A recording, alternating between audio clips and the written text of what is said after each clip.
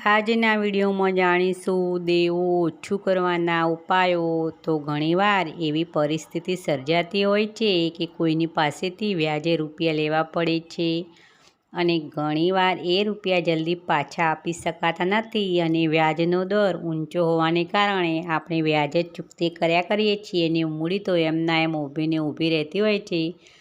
અને ઘણીવાર એવું બને છે કે આપણી આવક વ્યાજ આપવામાં જતી હોવાના કારણે બીજું કોઈ ઓછા ટકે આપતું હોય તો એમના પાસેથી લઈ અને આપણે આ ભરપાઈ કરવા માગીએ છીએ તો આમ ને આમ આપણે વ્યાજના દબાણ નીચે દબાઈ જઈએ છીએ અને આપણું દેવું વધતું રહે છે।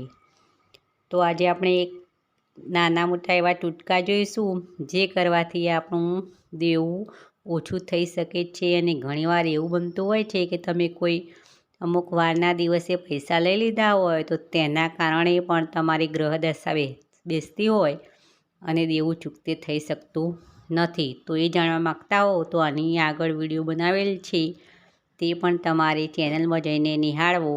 તો ચાલો જાણીએ દેવું ઓછું કરવા કયા ઉપાયો કરી શકાય।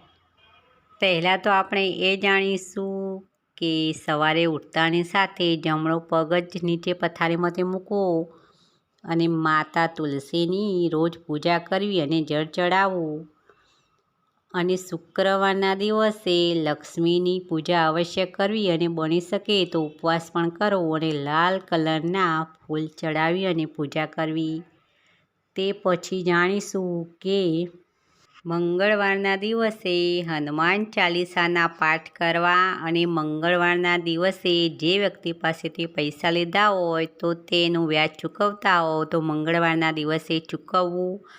તો આ ઉપાય કરવાથી તમારા આવકના સ્ત્રોત વધશે અને જલ્દી તમારું દેવું ભરપાઈ થશે। મંગળવારના દિવસે જો પૈસા લીધેલા પાછા આપવામાં આવે તો ગમે તે રીતે ગમે તે રસ્તો બની અને તમારી આવકના સ્ત્રોત વધે છે અને તમે દેવું જલ્દીથી ચૂકતી કરી શકો છો। તો આ રીતે પૂરી શ્રદ્ધાથી તમે 3-4 મંગળવાર સુધી આ રીતે વ્યાજ ચૂકવતા રહેશો તો ગમે તે રીતે તમારી આવકના સ્ત્રોત વધશે અને તમારું દેવું ચૂકતે થઈ જશે। તે ઉપરાંત મંગળવારના દિવસે પીળી ચણાની દાળનું દાન કરવું, જેને જરૂરિયાત હોય એને જ દાન કરવું અને તમારી યથાશક્તિ પ્રમાણે દાન કરવું। અને તે ઉપરાંત સફેદ ઘોડાને ચણાની દાળ મંગળવારના દિવસે ખવડાવવામાં આવે તો તે એક રામબાણ ઉપાય છે એવું કહેવામાં આવે છે વાસ્તુશાસ્ત્રમાં અને લાલ કિતાબમાં। તો આ ઉપાય પણ બની શકે તો કરી જુઓ અને આ ઉપાયો પૂરી શ્રદ્ધાથી અને મનમાં સકારાત્મક વિચાર હોવા જોઈએ કે આ ઉપાયો કરીએ છીએ તો આપણું દેવું જલ્દીથી ભરાઈ જશે એવા સકારાત્મક વિચાર હોવા જોઈએ। અને હા, એ વાત હંમેશા યાદ રાખવી કે લાખોનું દેવું 1-2 મહિનામાં તો જલ્દીથી નહીં ભરાઈ જાય પણ ટૂંકા સમયમાં આપણે ભરી શકીશું ખરા। એવી શ્રદ્ધાથી આ ઉપાયો કરવા તો લક્ષ્મી માતાની કૃપા તમારા ઉપર અવશ્ય બની રહેશે। તો મિત્રો, આ હતા ઉપાય, દેવું ઓછું કરવાના ઉપાય।